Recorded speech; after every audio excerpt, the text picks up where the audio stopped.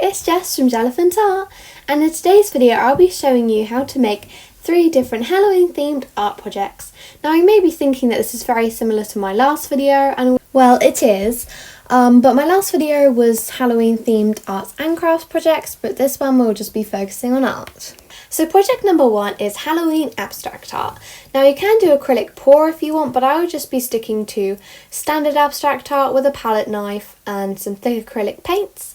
So I've got this new abstract acrylic in purple by Sinelia, which I've not used yet, so I'm excited to use that. Just got some Crawford and black acrylics, Arteza, got some Liquitex heavy body acrylics.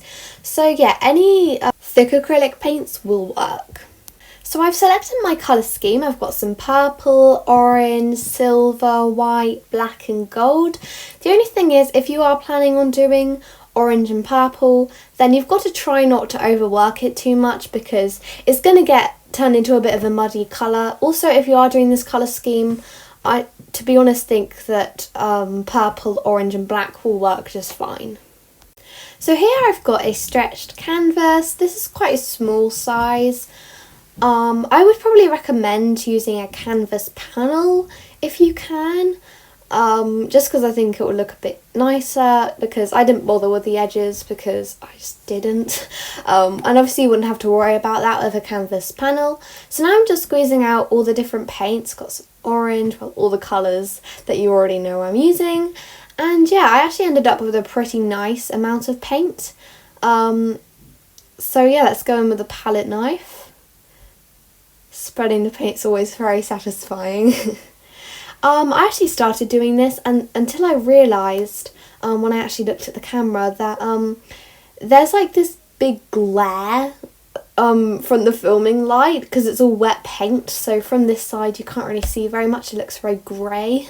You can't really see the colours properly, but then eventually I did spot that and move the camera to a different side. So yeah, as you can see already, it's getting a little bit muddy, so I would honestly just be careful. And that's the thing about Halloween colours, is most of them are like, would create brown, like, I don't know, like obviously purple and orange, purple and green, orange and green, you know, they'd all create a pretty muddy colour, so you have got to be careful. But obviously you could just do like orange and black or something, which I think would look really cool. So yeah, here's the finished result. I'm quite happy with it. Probably my best abstract art yet, as for some reason I'm not very good at it, even though it really doesn't require very much skill at all. But yeah, I am pretty happy with it. So for project number 2, I will be showing you how you can draw different Halloween illustrations. These you can use in like proper drawings, or paintings. Yeah, I've already got these on this page, but just ignore that. So yeah, I'm just using a standard HB pencil for this, and I'll basically be showing you different variations of how you can draw some Halloweeny stuff. So drawing number 1 is going to be some pumpkins. Now this is my favourite way of drawing a pumpkin, this first one. Basically you draw like the little segments at a time, and I think this one looks really cool. Obviously with any of these pumpkins you can have faces, but I don't think I really need to show you how to draw pumpkin faces because they do tend to be very cartoony. So yeah, I find that like little kind of vines look quite cool in pumpkins, and I'm just doing a standard kind of stem thing or whatever you call it. So for the second pumpkin, I'm doing a similar kind of thing. However, I'm not really like bothering to like make the little line things. I don't know, it's kind of hard to explain. But yeah, basically just look at it and you should be able to figure out what I mean. So yeah, I think this one will probably be a better one for a face to be on. I think that'll be a bit easier. But then again, it's up to you. So this one does look a little bit weird, as I did do it quite a tall pumpkin.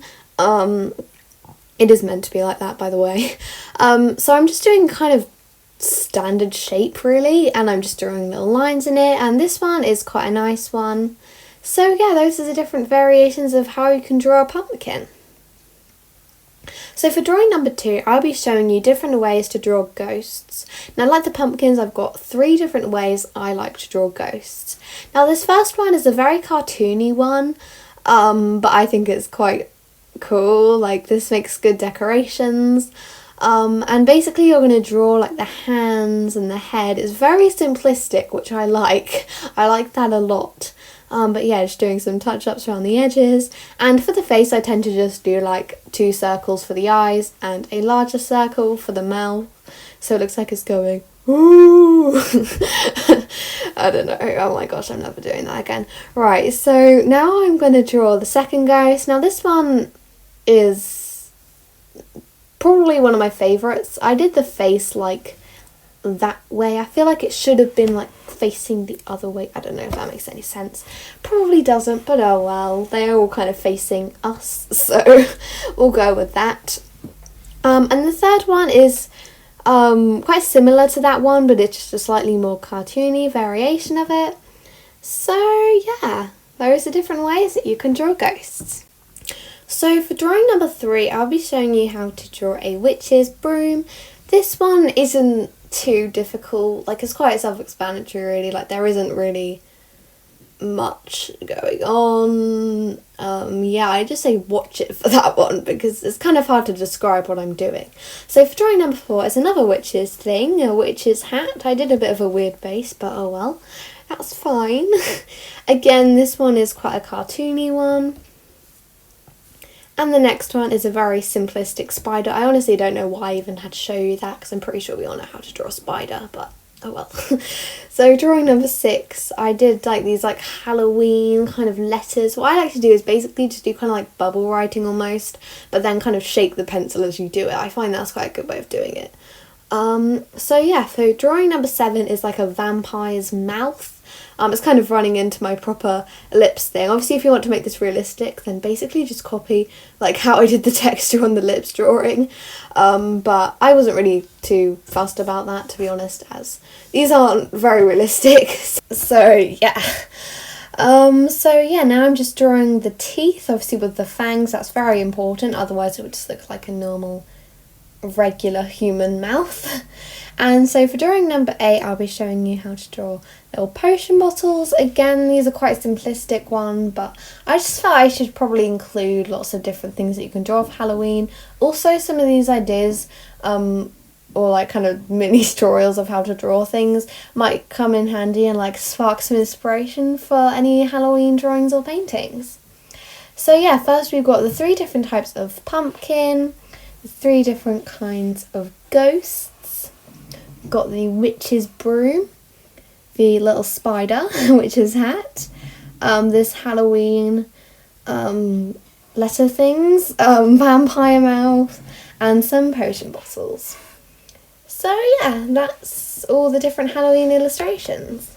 So project number 3 is, yay, finally my favourite, a Halloween watercolour. We're going to kind of be doing like a forest with a moon and stuff. You'll see. So yeah, here I've got this Arteza Kids watercolour palette as well as watercolour pad. I love Arteza's products and this is like a really good watercolour palette. So yeah, I definitely recommend getting one of these.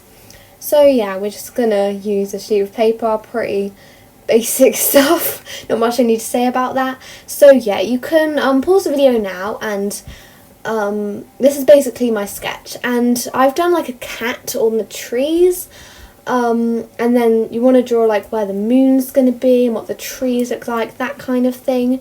And do bear in mind that the further back the trees are, the smaller they're going to appear, like the smaller, shorter, thinner and everything.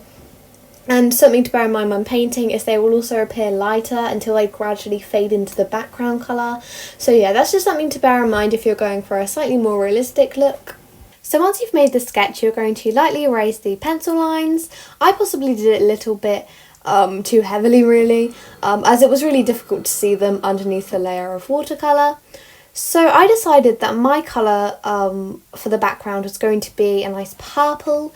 So I will be using the wet on wet technique, and if you don't know like what that is or how it works, it's basically where you just do a layer, a clear water wash basically across the whole thing, and it just kind of desaturates the colour a little bit, makes It blends a bit easier, although I will say that it's probably not that necessary, as I was kind of going for a kind of swirly, almost streaky kind of look anyway, so it probably isn't that necessary, but oh well, I did it anyway. And also this isn't great for my patience because I can never be bothered to wait for paint to dry completely. And yeah, that's the only thing about watercolour, is it does take a little while to dry sometimes, so yeah, that can be a bit annoying. So I was just kind of fiddling around with this. And by the way, something to bear in mind for the sketch is that you don't have to do a cat. I just did a cat because I like cats. I also realised that you could do an owl if you didn't like put the tail on, and you can do like really any animal. I just thought cats were quite Halloweeny. So now I'm actually going to do a bit of mixing the colours. I'm going to use a bit of this kind of sapphire blue and some black, and I'm going to dilute some of it, and this is going to be the colour that I'm going to do like the silhouettes of the trees and stuff.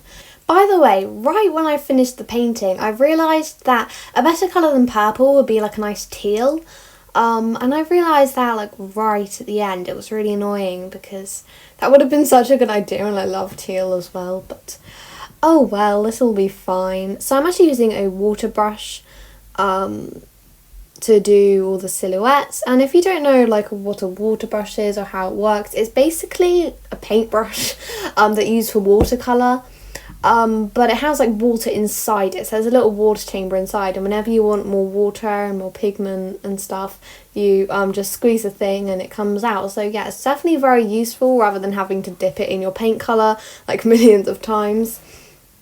So yeah, with the trees, I did two kind of tall ones at the front.